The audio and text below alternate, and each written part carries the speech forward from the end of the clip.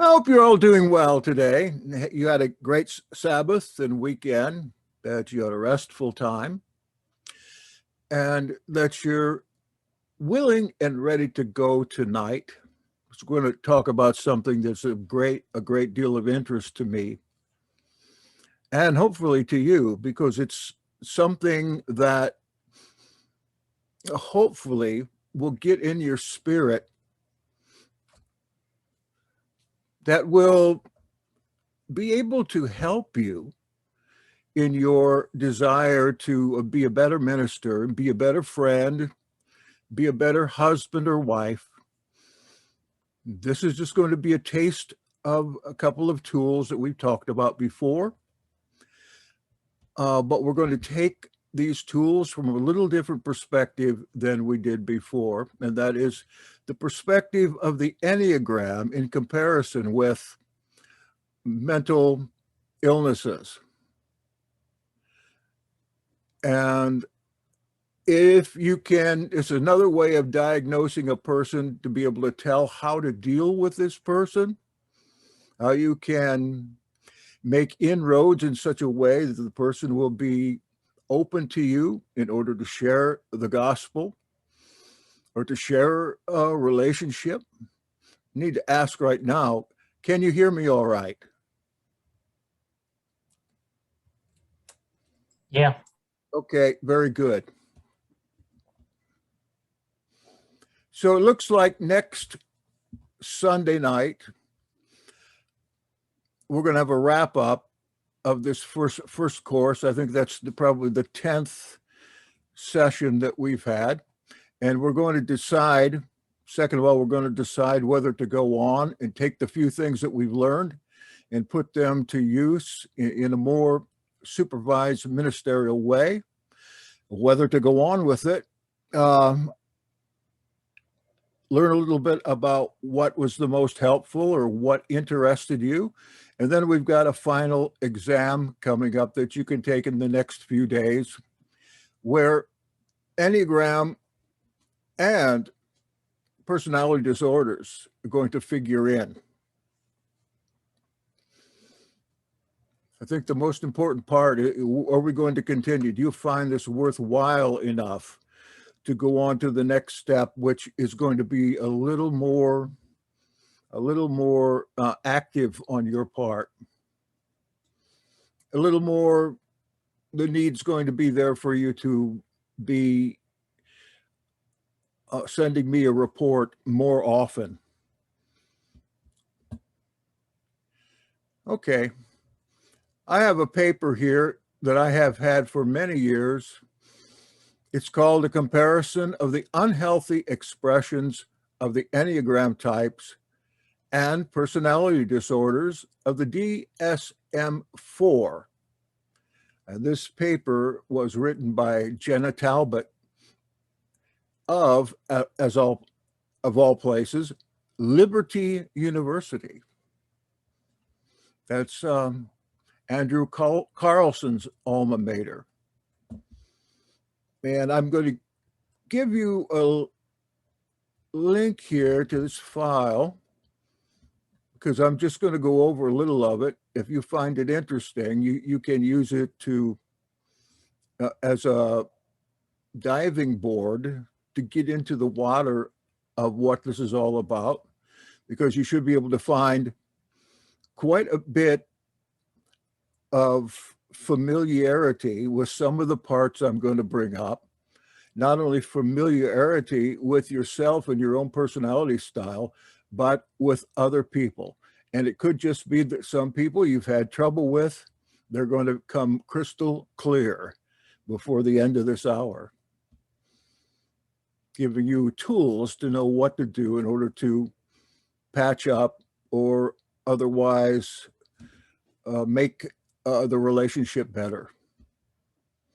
And I'm glad that Hopes is here, because she's an expert in this area. I understand that she uses it a lot, and as she should in her particular career.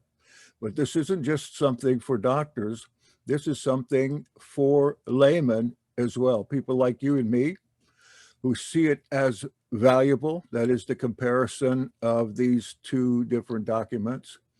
And so let me pop a file up on here. You can download it later and look it over. Let's see, your computer.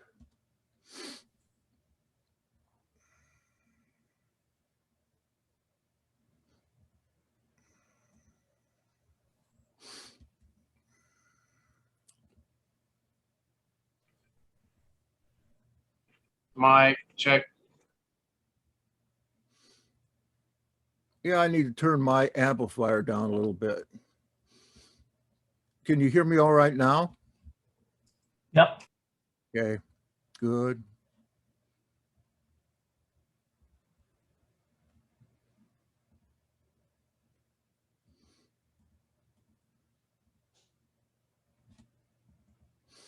I have to drill down about 18 different folders here to get to the right one.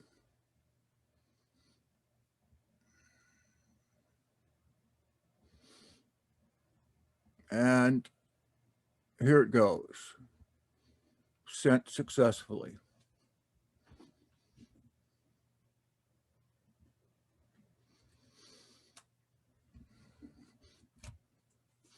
So as a little editorial before we get into the paper, there are hundreds of good internet pages and diagrams on the Enneagram and on personality disorders.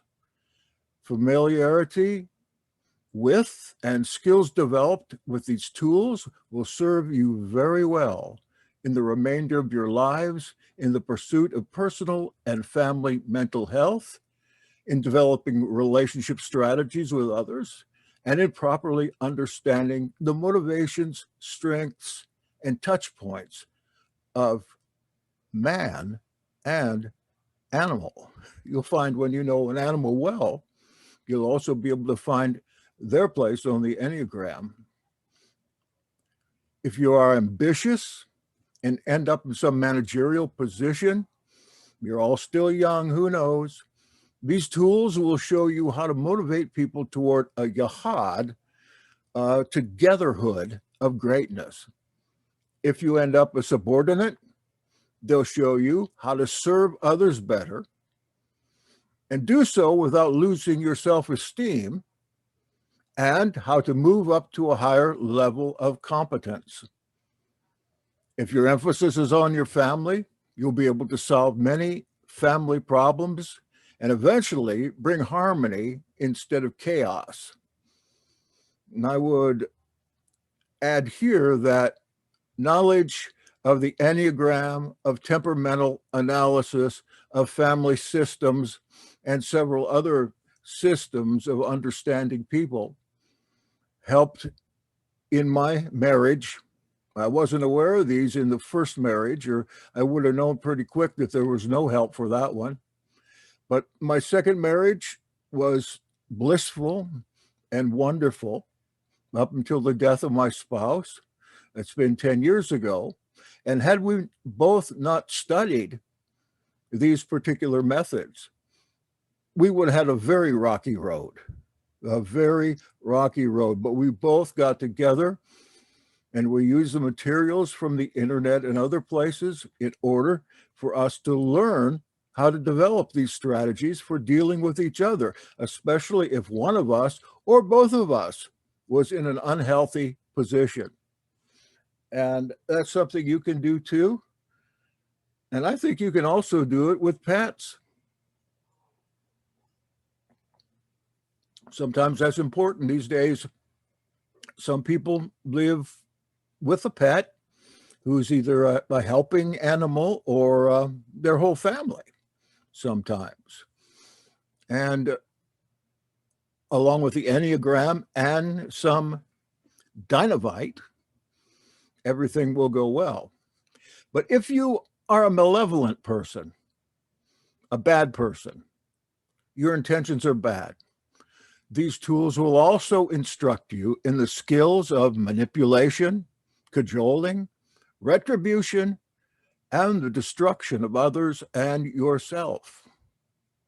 Or they can alert you to unhealthy situations, unhealthy feelings, and they can help you through the work of the Holy Spirit to get back in a healthy spiritual, emotional attitude.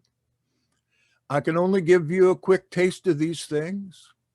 If we continue these meetings after tonight, we'll learn to use these tools to develop our abilities to work with and be a good example to people who simply cannot imagine that they can change their ways and their way. If we go no further, I hope that you will take up your parable and learn profiling skills on your own. There are plenty of courses and resources that are free of charge on these subjects. Lots of used books that you can get for $1 or $2. I'm going to suggest a couple right off. And we have people in our group who are verifiable experts in these. They can help. But either way, the learning is going to take some work on your part. It's going to take some interest, concentration, and time with a pencil and eraser or a keyboard if you prefer. If you aspire to doing no more than you're already doing, this taste may give you a desire to do more. Or you may let this opportunity to go by, along with your ambitions to be a better and more effective minister of the good news, and continue on day by day before television and computer, beer in one hand, cigarette in the other, in so much as your own personality type feels comfortable. Preamble. Let me explain a little about the DSM-4. It's the Diagnostic and Statistical Manual for Mental Disorders. That's what DSM stands for. And it's essentially a diagnostic guide. DMS-4 is not the latest revision of the DSM. I think there's a 5 out now.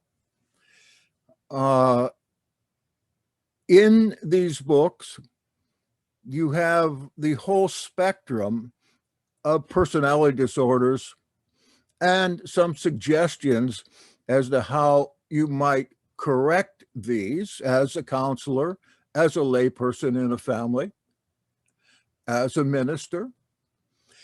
And the update, I think, is 5, but I don't use 5 because politics got into that one.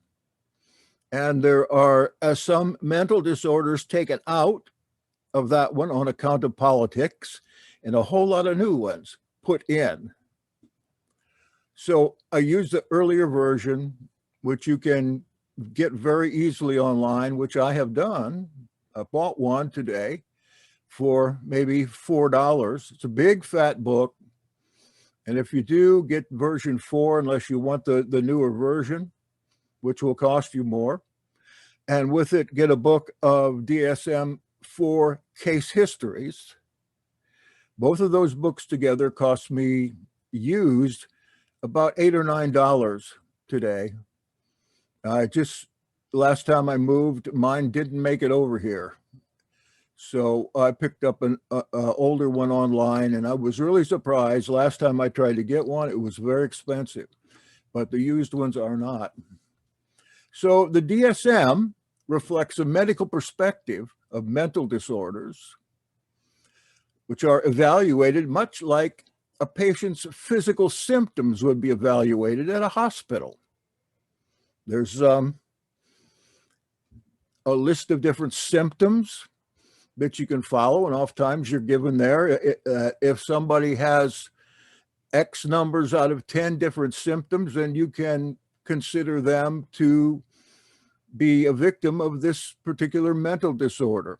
Already that is going to be very helpful to you as you meet more and more people in your life and become disgusted with more and more people.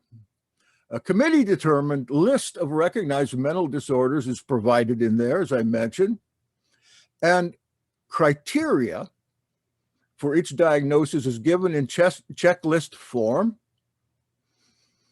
Clinical use, the DSM is used by interviewing a client or a patient or a parishioner, selecting a diagnosis that seems to represent the client's difficulty, then verifying the diagnosis using a checklist. Nothing could be easier than that for diagnosing your own problems, because I'm of the belief that there are very few that get by without some dipping in to these mental disorders. I think I testified before that finding out what my problems were was really a first step in my life in fixing them.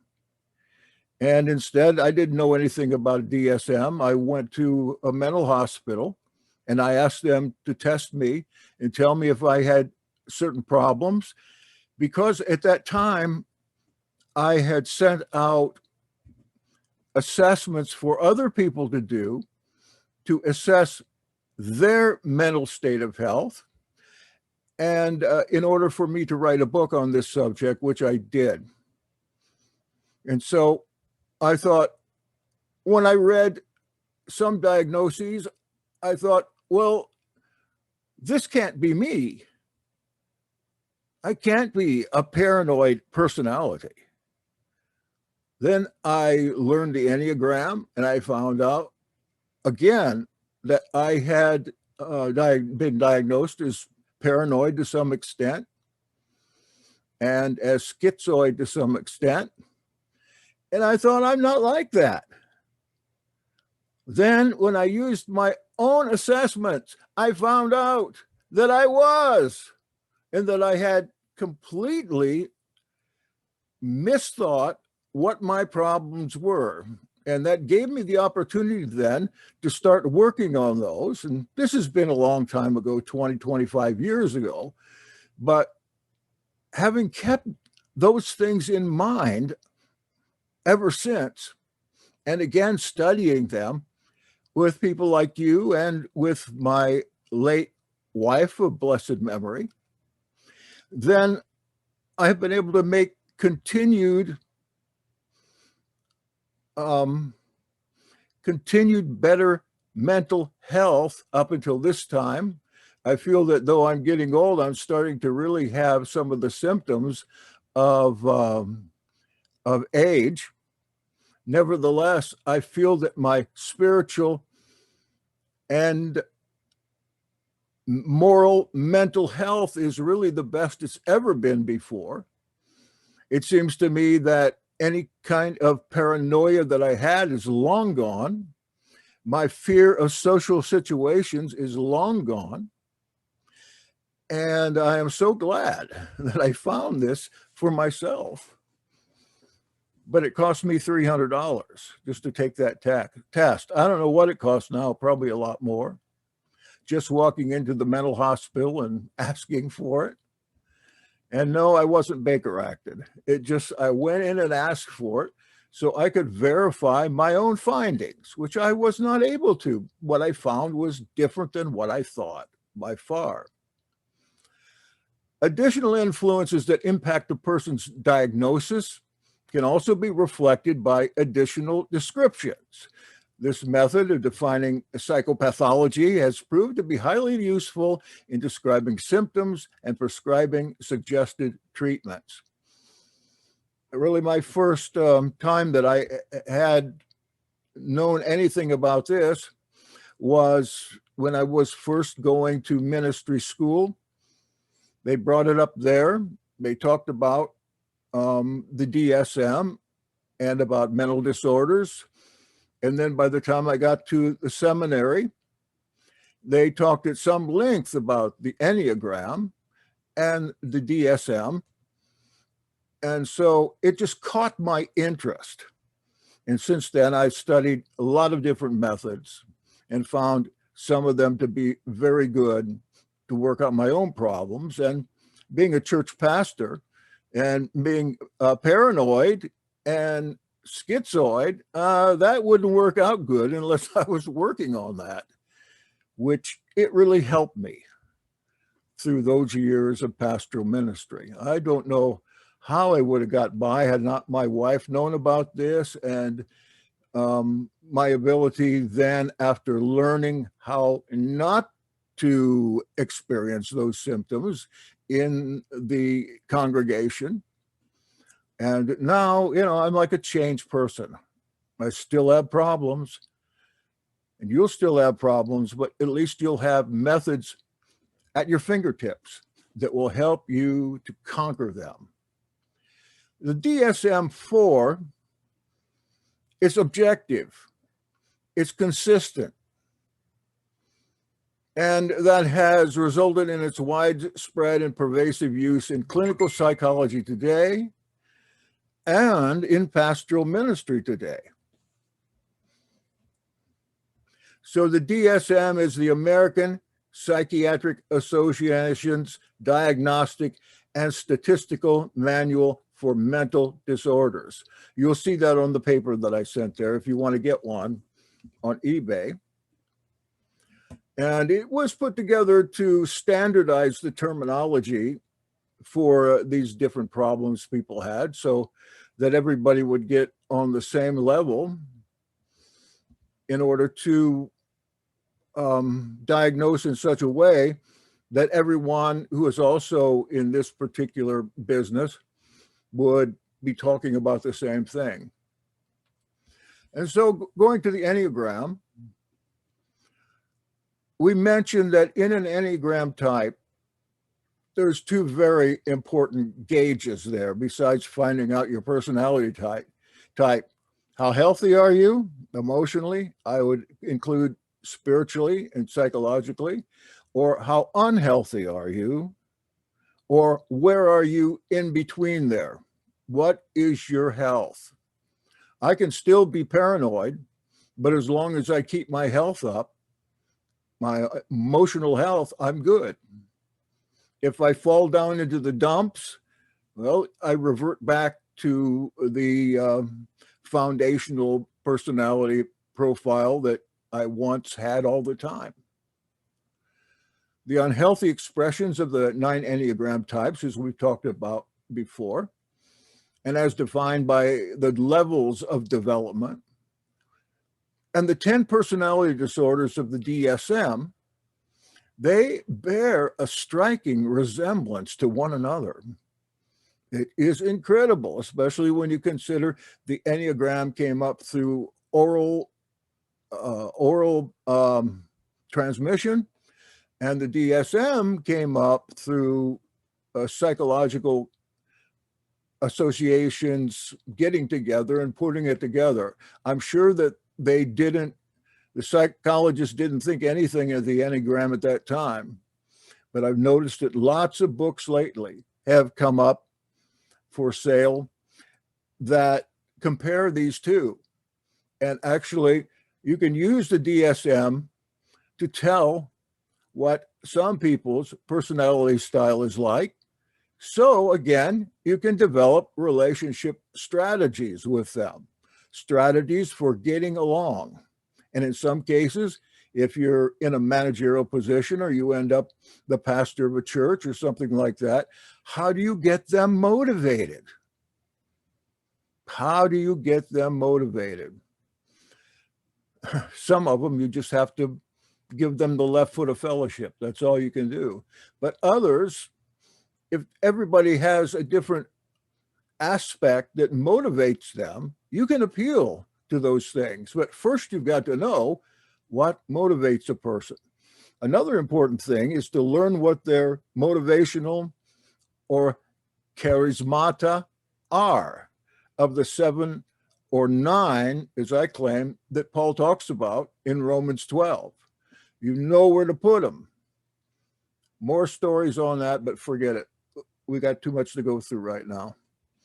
I know that you love to hear my stories, especially when you hear the same one 5 or 6 times. You like it all the more. Let's talk about the 1, the unhealthy 1. And I would like you to think as we go through these characteristics, put someone in your mind that betrays these characteristics. I found this to be the easiest way to remember these. And so for each one of these 9 on the Enneagram, I have someone there representing each one. That'll help me. Well, I can think of lists of things about certain people, but it's much easier to think of somebody that's either healthy or unhealthy that is this particular style, somebody that I've been close to in the past or present, that I can just look to as an example of a particular Enneagram type. The unhealthy one, the one is called a reformer or perfectionist. This is one problem we have, depending on whose Enneagram you do. I mean, who wrote the thing? We have different names for each type, and they should all be the same. They ought to do something like the APA and standardize them so we know what we're talking about when we talk to people, different people that read different books about it. But generally, the one is a perfectionist, reformer. The central mindset of a one is always measuring everything to the highest standard. An ethical code is always considered like Torah, which can result in a good person, but may also become arrogant or disapproving of others. The sin associated with the one personality type is pride. Remember, we start the Enneagram not with the cardinal virtues, but the cardinal sins. Ones often take on too much, believing they should be able to do it all, and then get angry about it without knowing why. To one, everything is black and white, no gray area. And everyone should always do what's right, at least in their eyes. As a result, they often worry and agonize about decisions, even after they're made, even decades later. Other words used to describe ones might be principled, orderly, self-righteous, retentive. I'm sure you can think of some more. Riso, one of the modern developers of one Enneagram system, explains that when ones become unhealthy, they're disillusioned about their ideals and realize that they can never live up to their own standards. If they can't live up to their own standards, how can anyone? Yet oftentimes they'll project their own standards on other people. I have met people in Torah that the Torah that they prescribe is so rigid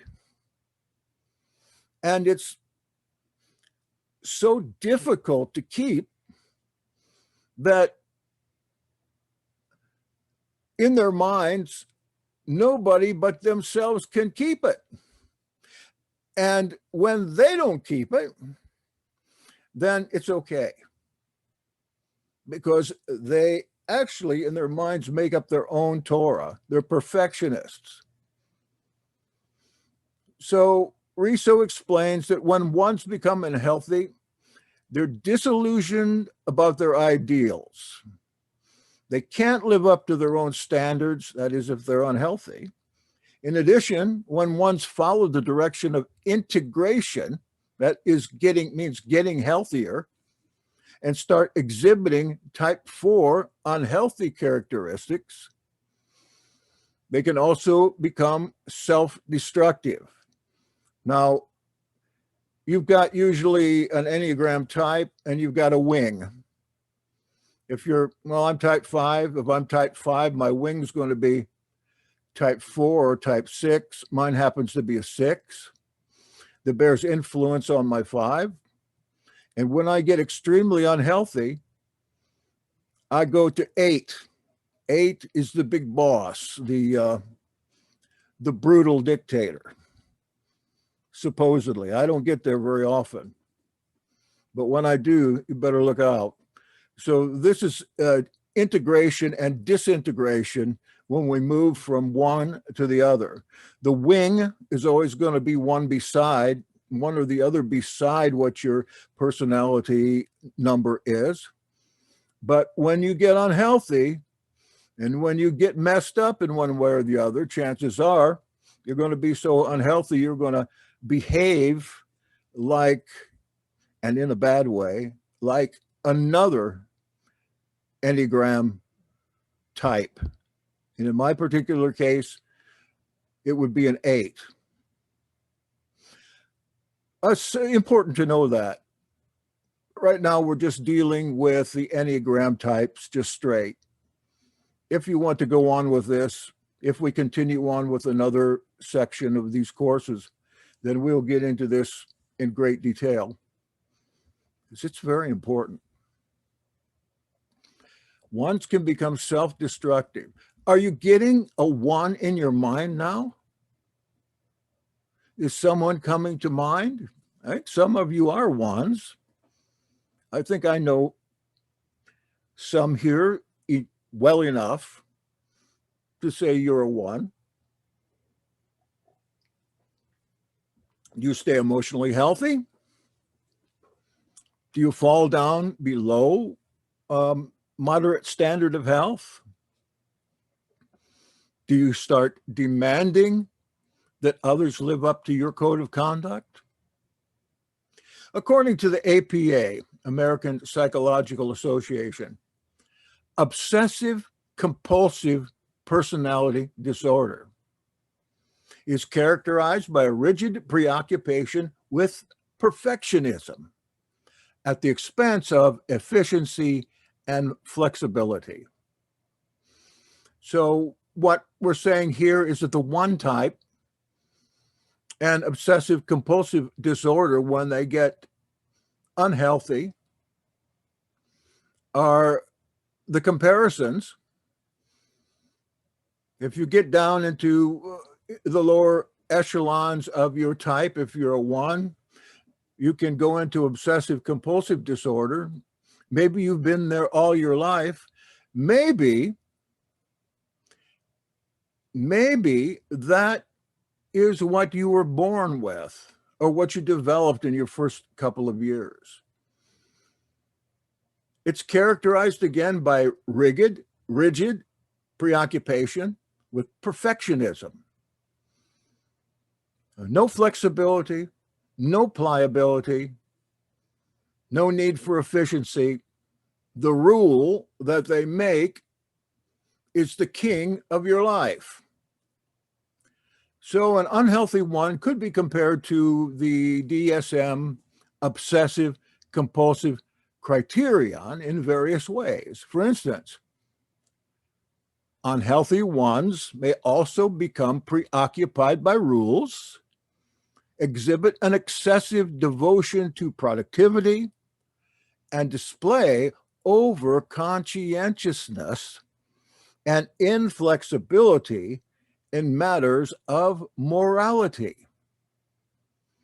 In their desperate attempt to live up to impossible self-imposed standards, 1s become self-destructive in their inability to complete tasks, reluctant to schedule leisure time, and incapacity to let things go. All descriptions of obsessive compulsive personality disorder from the APA. Now, this is what I'm going to do on each one of these types. And we'll leave it to the next class or to your own self-study to go farther on this. Do you have someone in mind who might be a 1 based on, say, their flaws, their sins? A couple people come to my mind right away, one who is a very healthy 1 and another one who is not. So what I'm saying is you can have two different ones that their personality style is going to manifest in two very different ways, even though they're the same type. So let's go on to the unhealthy two and dependent personality disorder, DPD. Twos are those immediately recognizable as people pleasers. Oh, and that person just popped right into my mind again, speaking of two. Described as helpers or givers. Twos find their worth in supporting their loved ones. Other words used to describe twos might be caring, generous, possessive, or manipulative. Twos will often change their personality depending on the company they're in to gain acceptance or to empathize with others. They can be very genuinely empathic, but they can also put on a show of empathy in order to gain somebody's good graces, in order to, in the end, manipulate. They can be very generous and altruistic, but can also give things specifically to get things in return. They're the ones, when they're unhealthy, twos are the ones that are very humble about the job they'll do.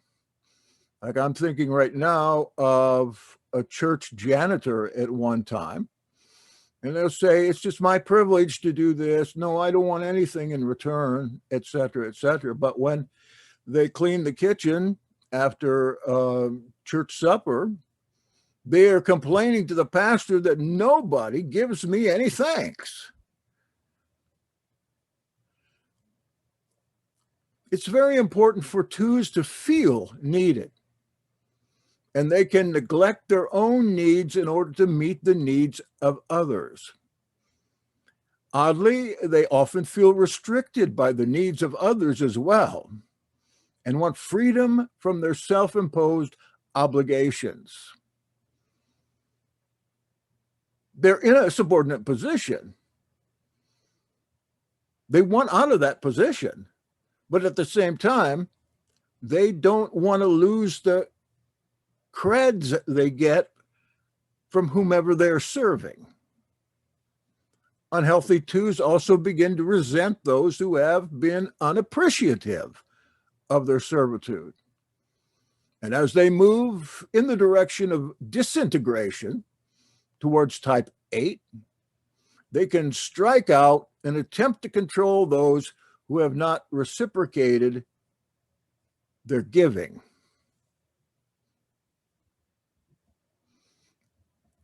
The need to be needed is the element of a two's personality that most readily corresponds to the DSM-4 dependent personality disorder. A dependent personality is described as having an excessive need to be taken care of, as well as a tendency to go to great lengths, even to becoming manipulative in order to obtain racial relationships. The point of volunteering to do unpleasant things. Get their attention. It's easy to envision how a two could quickly become clingy, submissive, and dependent because they fear the loss of approval. That is the source of their self-worth. They get their self-worth from other people. As a result, twos are probably likely to develop DPD. As they move downward in the level of development, downward in health, twos will have trouble doing things on their own, be unrealistically preoccupied with fears of abandonment, and feel helpless and unable to care for themselves. But look out. When they hit bottom, again, they go to 8. They'll go to 8, an unhealthy 8, and you might find yourself one day with a hole in your head. It's happened plenty of times before.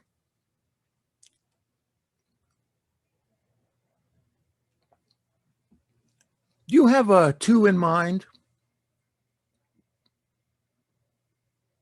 Does somebody come to your mind as being a 2 from when they have acted out? Understand when they're healthy, these people couldn't be better people to be with. But in this world today, especially with the pressures, I'm not talking about pressures of work as much as I'm talking about pressures of culture. It's very hard to maintain emotional mental health. And with that, we'll go on to the 3 in a comparison with narcissistic personality disorder. You have narcissists in your life? 3s are constantly trying to achieve. Oh, my 3 came right straight to my mind. Wow. Characterized by intense motivation. They always want to be first and best. They're competitive, and they are goal-oriented to the extreme. 3s have a hard time separating what they do from who they are, and may start to do emotions instead of feeling them. Oftentimes, 3 will suppress feelings to get the job done, whether it's at work or in their personal life. Words used to describe 3s might be adaptable, ambitious, image conscious, or hostile. Think of your most successful MLM participant. 3s are very sensitive to status and relationship dynamics. They will often produce a facade of significance and are usually perceived as more important than they are, sometimes even deceiving themselves. The addition of deception to the list of the 7 deadly sins during the construction of the modern Enneagram theory was necessary to describe 3s. As unhealthy 3s move along the line of disintegration toward 9, now you know what that means, they begin to disassociate and separate from their self-concept and feeling and become consumed completely by their veneer of impressiveness in order to conquer what they see as a hostile environment. This lack of emotions and penchant for grandiosity translate directly to narcissistic personality disorder. According to the DSM-4, narcissists need admiration, may create fantasy personas, and lack empathy. They are self-important, exaggerating their success and accomplishments. They become superior. They are obsessed with gaining more prestige, more trophies, more certificates, and they believe they are entitled and deserve admiration, driven to succeed, but faced with the reality that their success is sometimes prevented. Unhealthy 3s can eventually spiral into all of these behaviors. Does a 3 come to mind? How about that successful seller of Amway? Is Amway still around? How about those guys on the internet advertising their knowledge? They get in your face, even in a camera, and they yell at you about how smart you would be if you follow them, or how smart you would be and how much you would advance if you would just click on like. Next, we go to the 4, the unhealthy 4.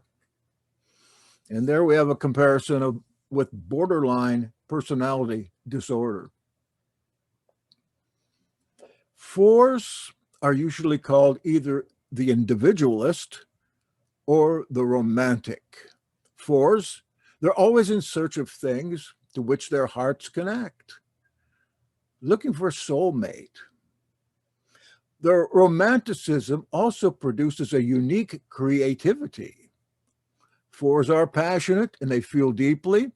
They long for the unattainable and avoid the ordinary. Often, they almost seem to enjoy depression or melancholy, which is at least better than boredom. Anything's better than boredom. Fours can be very dramatic, sometimes acting as if everything is extreme. They often fool themselves into believing things are more than they are and are disappointed with the reality. Too boring, too slow. No art in real life. The art is in me. When they do find something truly great, they often push it away and attempt to experience the longing of loneliness again and its emotions. Other words used to describe fours might be expressive, artistic, self-absorbed, or depressive. Riso again explains that as unhealthy fours despair of ever seeing their grand dreams of beauty come to fruition, they are unable to function, lacking the will to survive and depend upon others to take care of them. Is someone coming to your mind? Again, two people came to my mind. But then again, all this time, when I look at people, because I'm a pretty, what do you call it? I am not good at emotionalism before people. So I started using the Enneagram to kind of work people up so I could learn better to serve that person or please that person or get them on the right path. That's the job of most pastoral ministers.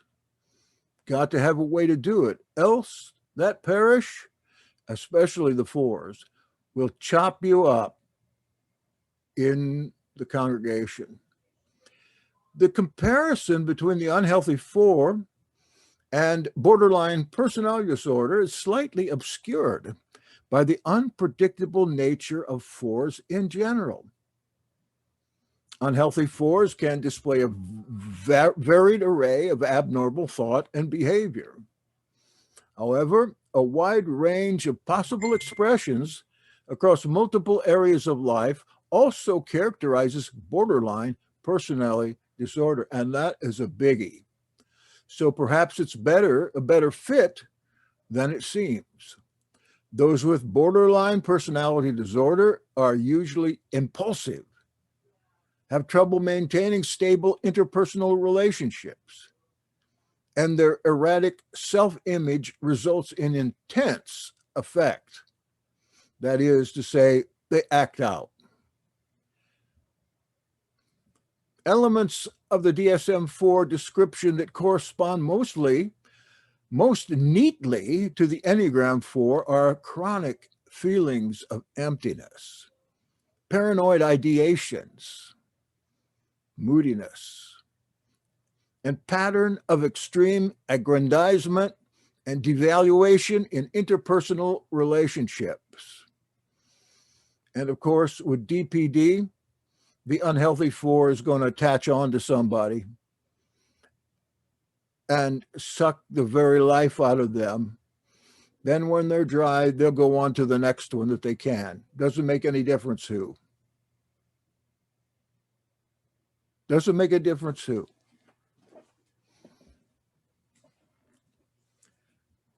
Did somebody come to mind?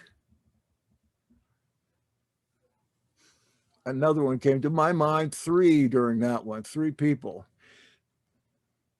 The thing is, an unhealthy 4 will stick in with you, but you'll have a pretty horrible time trying to deal with the emotionalism and the mercurialism that is evident in borderline disorder. It's one of the ones, too, that the DSM-4 says that once they get there, it's almost impossible to get them out. Next, we go to the unhealthy 5. Hey, I've been there. Schizoid and schizotypal personality disorder. I was thinking, again, when I was doing my own work on this, I'm schizoid. I couldn't help but think of the song that I used to play in high school, 20th Century Schizoid Man. King Crimson? That's before all your time, I'm sure. Schizoid Man, that went around our school. Schizoid Man was probably the most racked up, crazy person, absolutely lived in an unrealistic world. But I found out it wasn't so bad after all. 5s often live detached lives, focused on intellectual pursuits. Because of this, they are usually described as observers or intellects or thinkers. Their emotions are hardly ever expressed unless they are alone. However, when they do share their conception, it is apparent that they can produce amazing clarity of thought. 5s praise privacy, non-involvement, structure, and independence, often sacrificing other pleasures to maintain these qualities. And this often alienates others.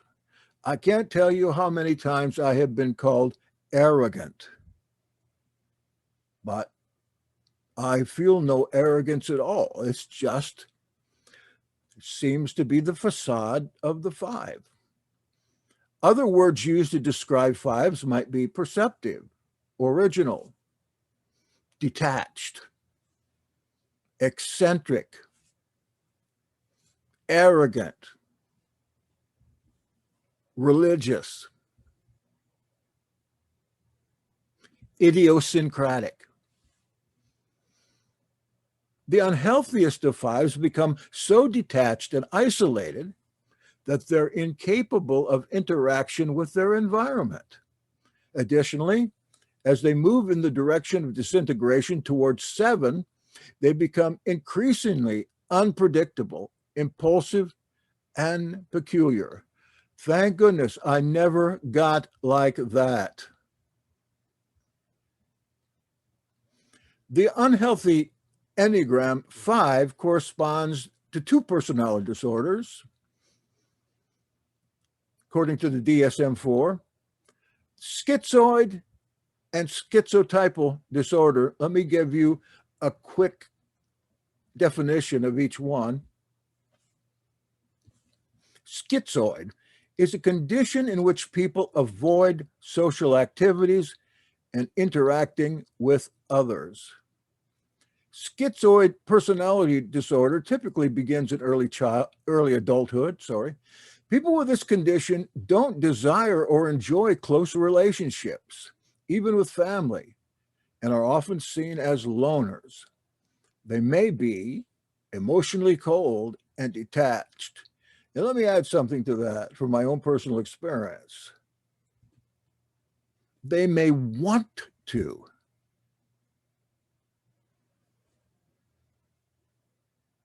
And they're melancholic in the sense that they want relationship with 1 or 2 people, an emotional, deep emotional relationship.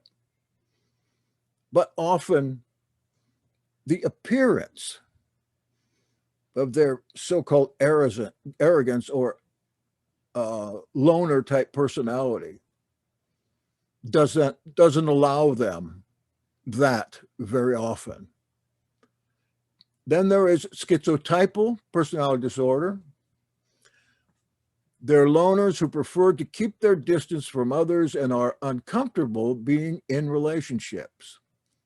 They sometimes exhibit odd speech or behavior, and they have a limited or flat range of emotions.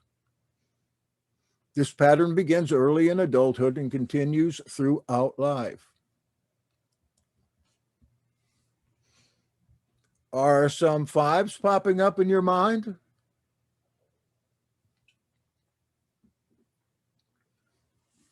Schizotypal disorders is similar to schizoid disorder, except that cognitive and perceptual distortions are also apparent. Unhealthy fives are similar to schizoid personalities because they display a similar pervasive pattern of detachment from relationships, extreme isolation from others, and emotional coldness and indifference.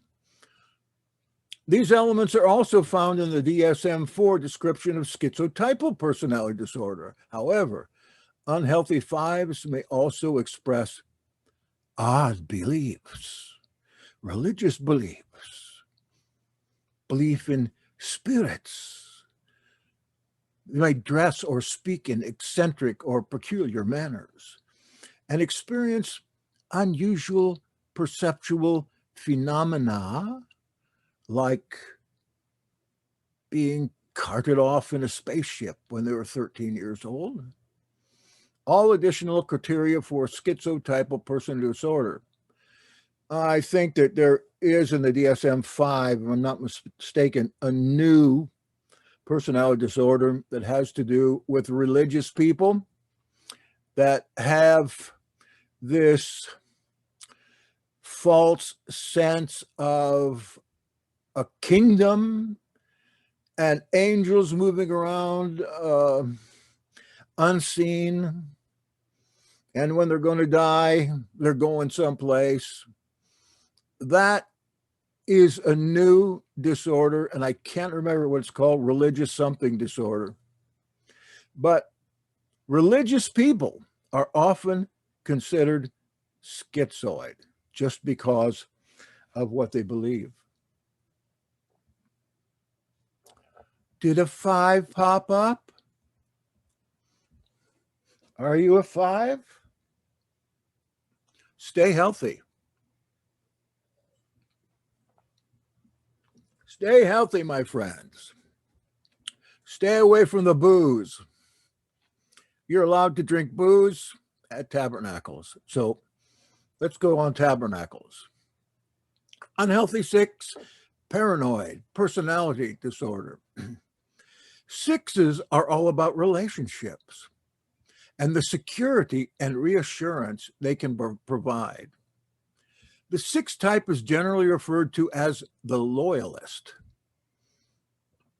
Other words used to describe 6s might be engaging, committed, defensive, or paranoid.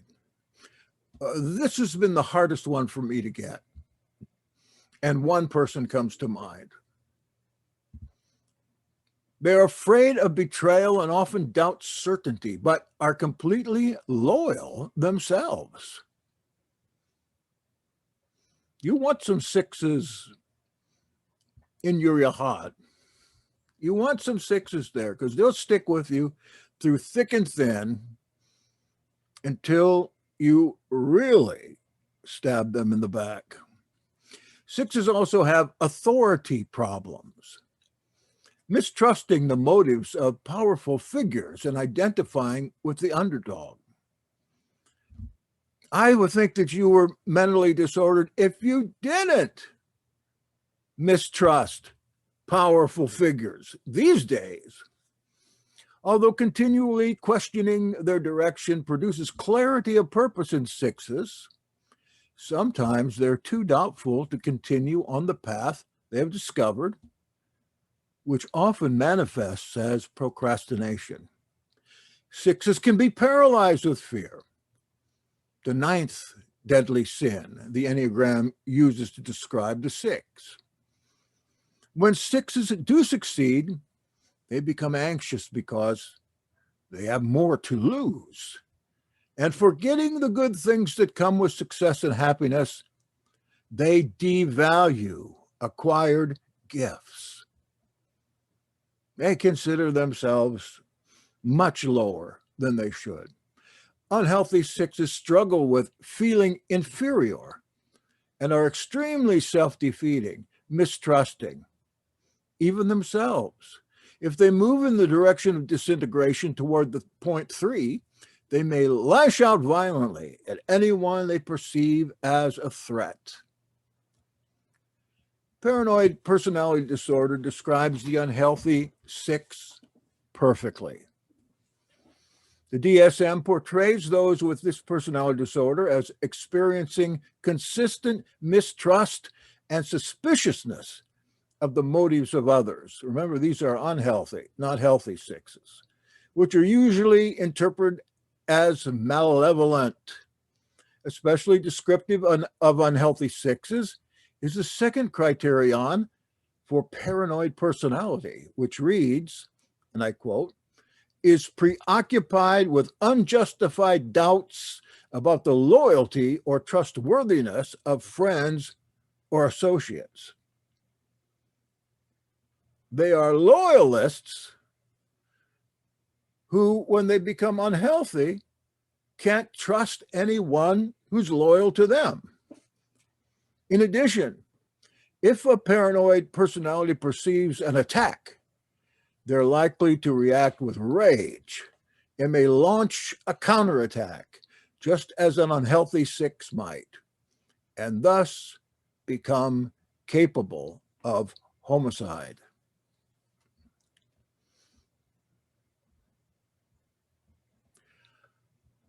I wonder, does a 6 come to mind? That one's hard for me. Just one. I could just get one there, and maybe another person with a 6 wing. Devaluing their skills? The unhealthy 7. Here's my favorite one, I think. Histrionic personality disorder. As the epicure, the 7 considers life a fun adventure and is constantly seeking stimulation. 7s are often full of enthusiasm and want to be seen as the fun one. They love being the center of attention. 7s live life in excess, which is why their associated deadly sin is gluttony. Usually charming and funny, very, very social. 7s can often talk their way out of trouble, or they can lie and everyone will believe them. They're very good at that. They're optimistic, believing in a positive future as long as they keep their options open. 7s can find connections, loopholes, and ideas that would normally not be obvious, but this can also cause them to avoid commitment.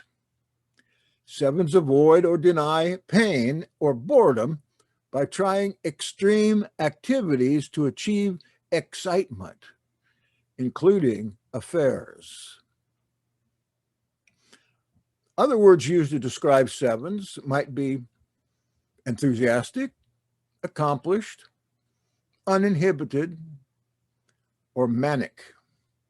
Riso asserts that unhealthy 7s lose control of their thoughts and actions and respond with manic anxiety.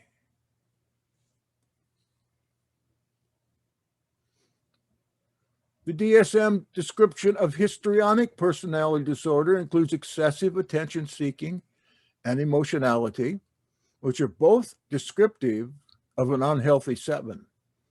Histrionic personality disorder developed from the DSM-1 classification of emotionally unstable and the DSM-2 classification of hysterical, which are both apt description of disintegrating 3s.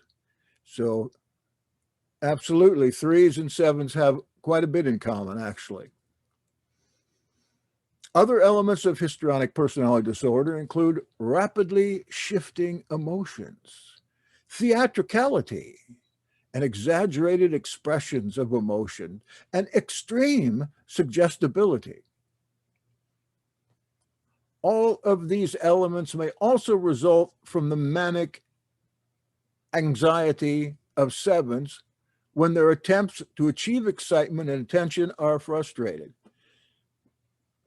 But for you melancholic boys, there's nothing more exciting than a 7 girlfriend for a while, because they'll admire you too, because you're studious. They don't see that in their own lives. You admire her because she's beautiful and so outgoing and has so many friends. You want to be with her. And that works for a while. It works until she gets bored and tired with you, and you get bored and tired with keeping her home. Interesting match, though, for a while. There are some Enneagram people that have given their stories about the marriage of the 7 to the 5, how they get along, how they kept from breaking up. And I've read some of those, very interesting. They had to work at it. How does a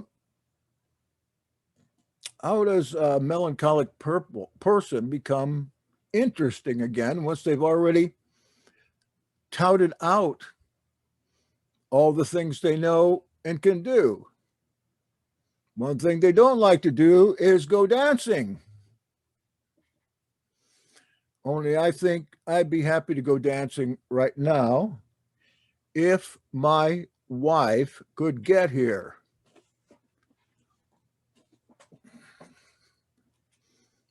I haven't figured her out either on the Enneagram because I've never lived with her. I've known her, I talk to her every day, at least twice, and oftentimes for a long time. And I still don't know. I'm not sure. But it's intriguing. Very intriguing. Sometimes maybe I want to do a character sketch of some of the things she says and does.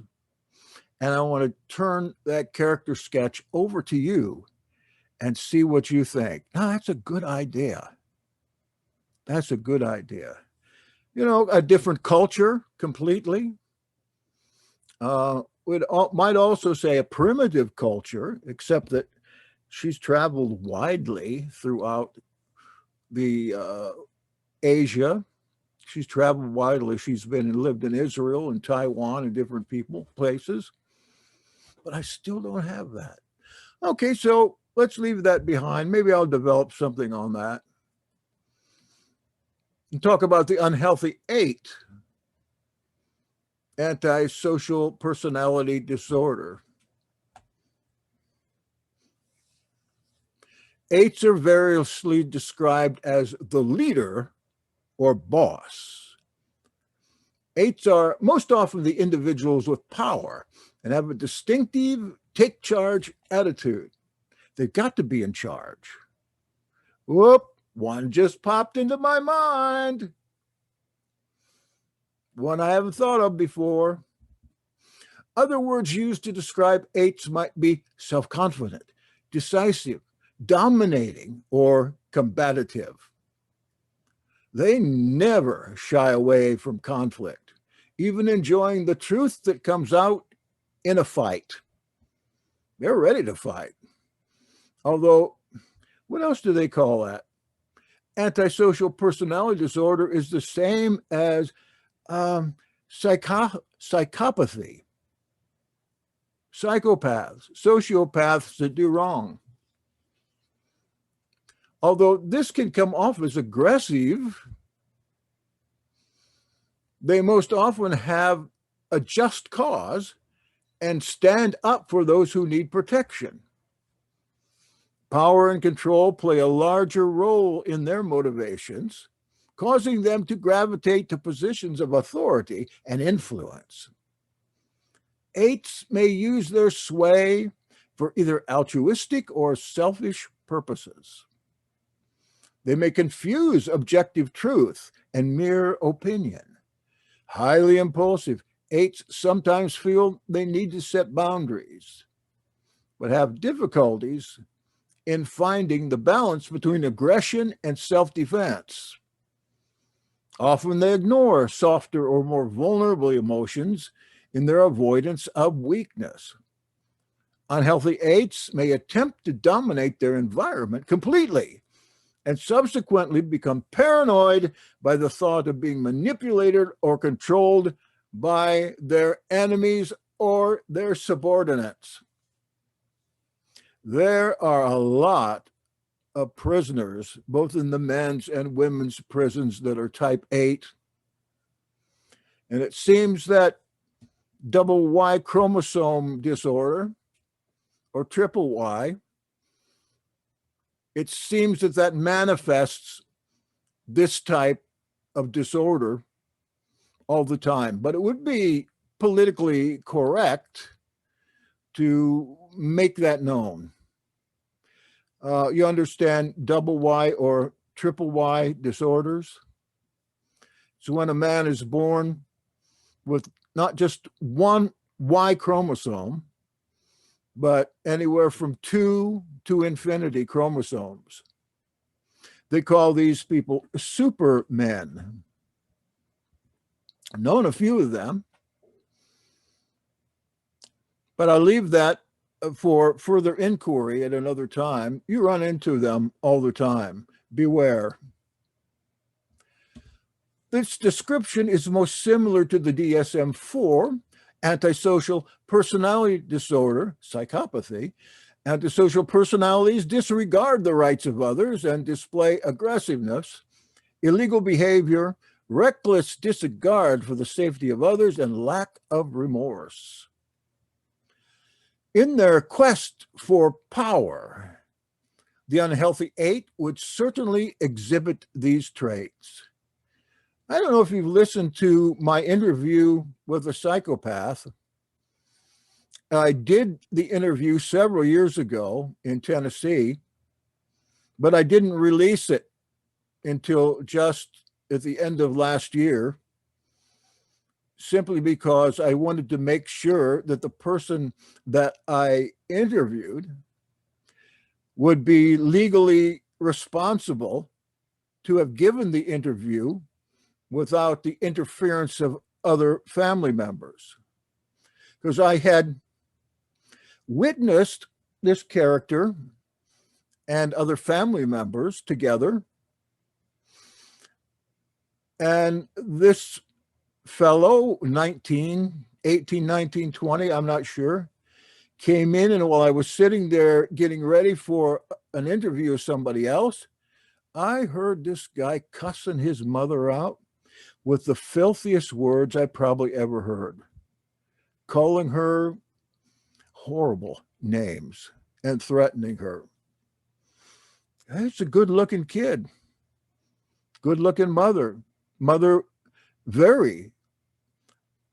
found it very worthwhile to take to heart the insults. And I was absolutely shocked.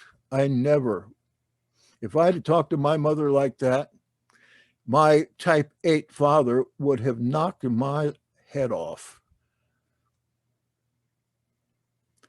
And maybe you could look that up, because there are some big clues in that interview, how he doesn't care about it.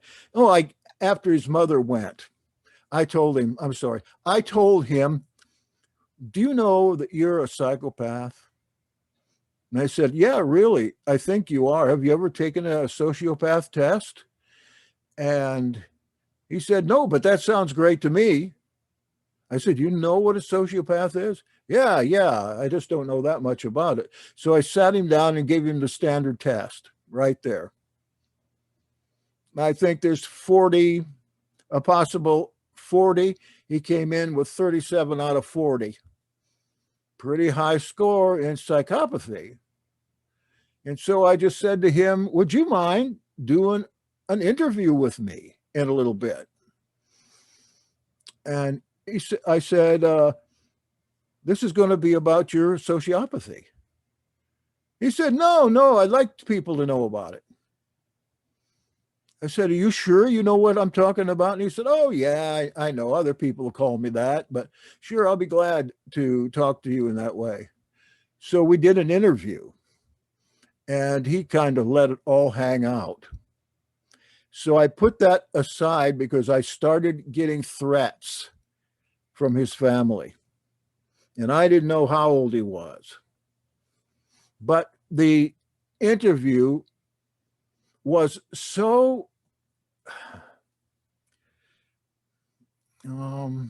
authentic that I thought one of these days I'm going to take this out. And I think I did it in 2016. I took it out either earlier this year or the end of 20 and listened to it again. It's hard when you get with those people when they get to talking about themselves, what to believe. And I wondered many times, what has this kid done in the last 5 years? Is he in prison? A lot of antisocial personalities are in prison. I hope you're never blessed with a child that's a sociopath or psychopath. If you are, you might as well admit it to yourself, because one thing that a dog, for instance, will relate to is getting a beating. All right. These guys, that's the only thing they relate to. That's what their life is all about, beating people up, stealing from people. Can't a sociopath be good? Yeah, some of them are necessary. Like I'm positive President Trump was a psychopath, or at least a sociopath, no doubt about it. Sometimes you need that kind of person that'll get his way, unless he's over you directly. But then again, in Washington, how many people aren't psychopaths? All right, let's go on to, we did 8. Can you think of somebody in this particular category? Maybe when you were growing up, the young bully on the block, or the bully at school. Interesting to learn what happened to those people that bullied you in school.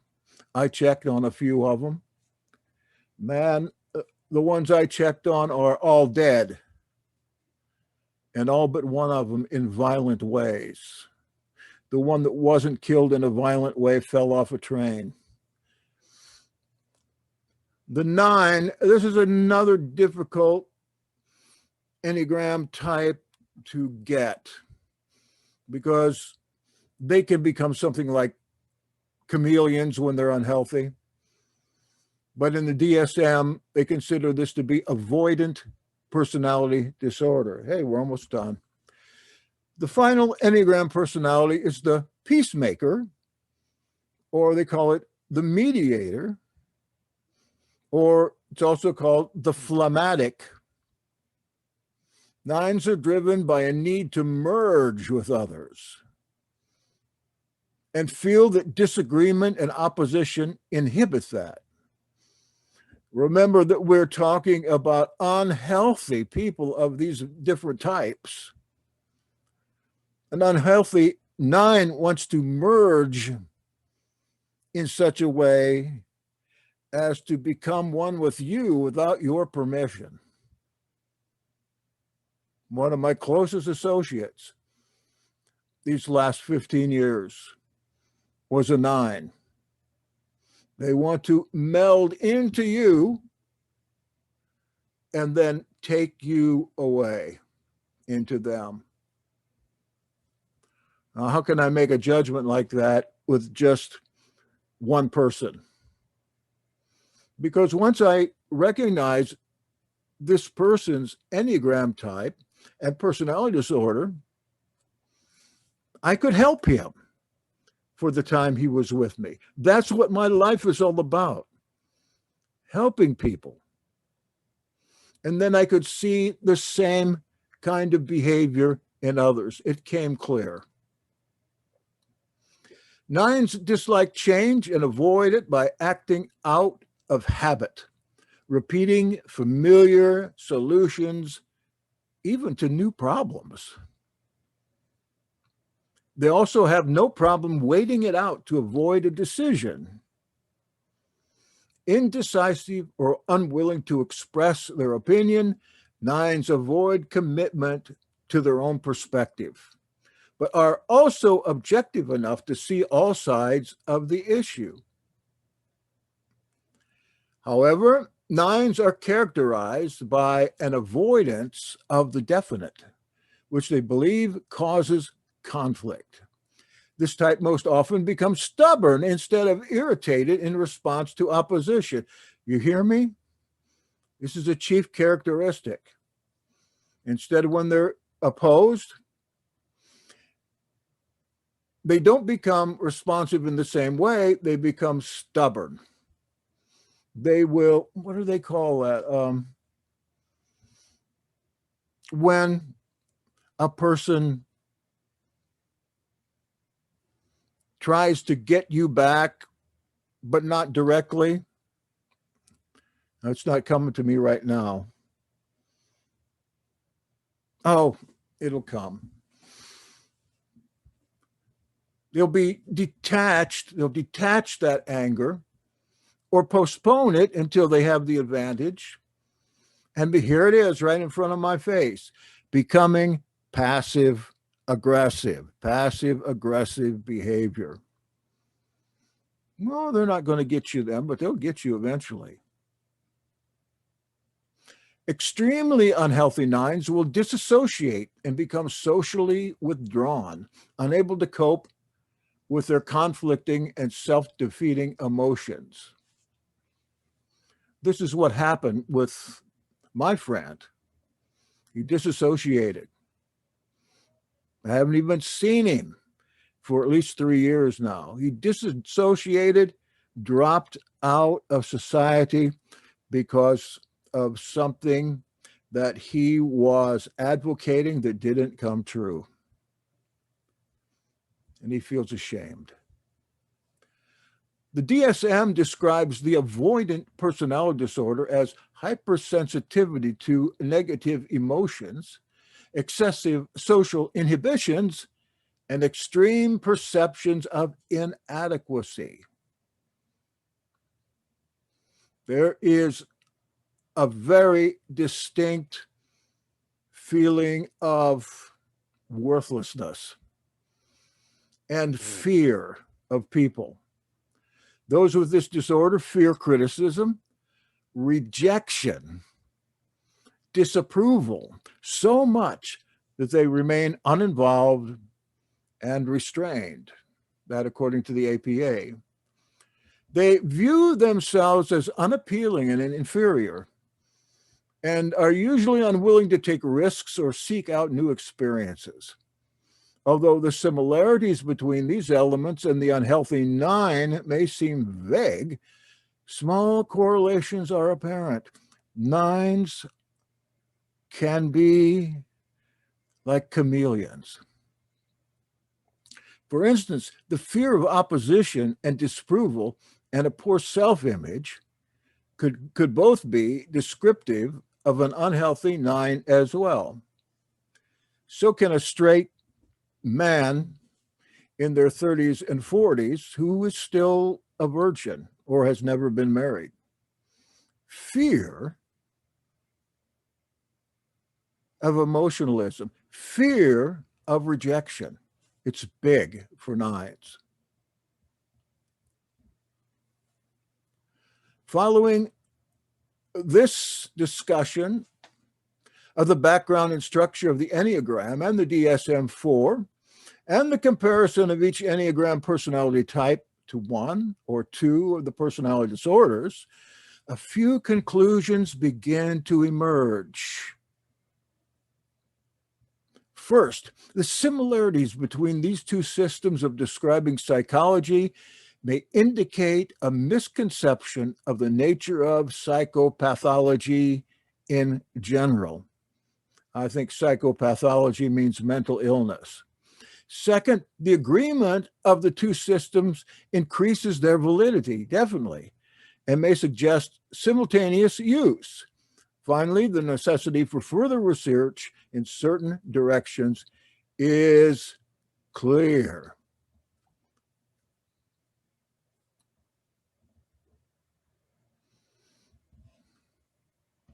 And I have one more paragraph for you. The agreement of the two systems lends validity.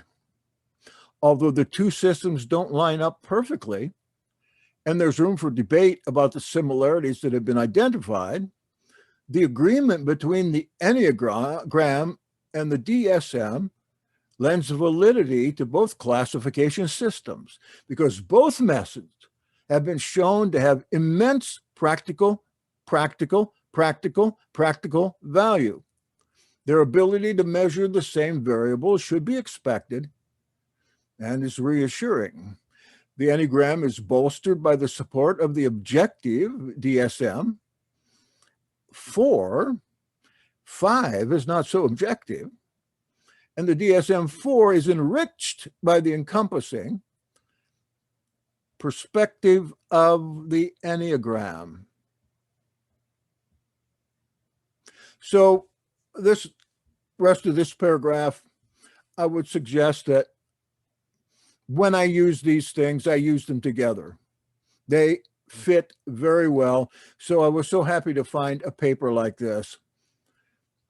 This beneficial partnership of theories may point to the possibility of some type of combination of these two theories, or at least simultaneous use of these theories as a more accurate and helpful way to view psychopathology. And I've got to say, the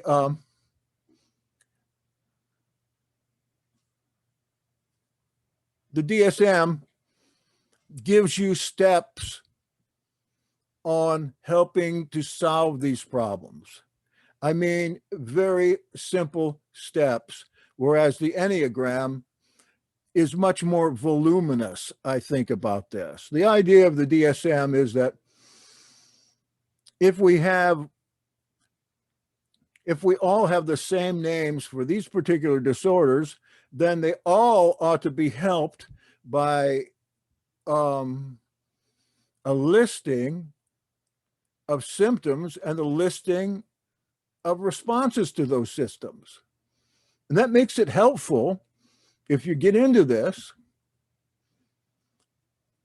I would really like to talk more to Hopes about this because she uses this every day. And maybe we can. They proposed that a clinically useful theory of personality of psychopathology would be desirable as long as it was able to produce interpretive understanding and accurate predictions. This may be possible to accomplish if the efforts of the Enneagram and the DSM-4 were used in combination. Yes. If a functional system could be developed for this union, mental disorders may be conceptualized as hybrids of stable personality traits and less stable symptomatic behavior. I want to leave you with one thought. I believe that demons, whatever they're consistent of, are roaming this earth, looking for someone with a gateway, such as a psychological problem, to come in and augment the efforts of that problem to destroy the life greatly. But mental disorders such as these, they're not often caused by demons. A demon can't do this. But as I mentioned, they are gateways. Gateways, that entities that we can barely describe, to come in and feast off the host until there's nothing left of the host. We would get into this if we go on to the next class. I've done a lot of work in exorcism and done a lot of exorcism. And I can tell you that the pathological condition of the person is not caused by the demon, unless, of course, that demon is sucked in maybe when they're in the womb or something. But rather, the testings of the devil in this world can open those gateways up for great enemies to come in, ruin lives, and make these disorders so bad, so big, so long-lasting that they can only be healed through a combination of a psychological method and a deliverance ministry. Next week, we're going to kind of button it up a little bit. We're going to go over some of the things we have already. And then we'll have a final exam on the whole session. You can fill that out at your leisure. I just hope it's already up there, as a matter of fact. I just need to put a couple more questions on. I hope that you will be able to do it without checking notes, without checking the internet. I'll try to make them easy enough for that. But if not, if you just got to go out, if your self-esteem is so low that you can't stand to do bad on it, well, okay, use it. Don't forget, put your name in the chat so I know you're here.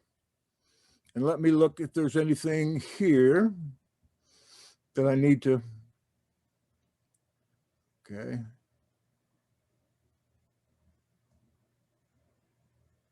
Yes, the nine's floating between multiple social milieu, but oftentimes they are too timid to suck somebody else up. And they're really good if they're healthy. We had a great relationship for about 10 years. Passive aggressive, exactly. I am finding myself having a hard time to getting words these days. So, you know, this is a sign to me of lessening of mental ability, at least to connect up the brain and speech, that I expect not to get any better, but to get worse. So if you have any suggestions for a possible first steps in dementia, let me know. I appreciate it. About 10 years ago or so, the family doctor put me on some medicine used for dementia. I wasn't showing any then, but I can tell you, I used that for 2 weeks. That's all he would give me. At the end of week 1, wow, my mind was working great. Amen. Maybe Aricept or some Eye of Newt. Thank you for coming. Bless you.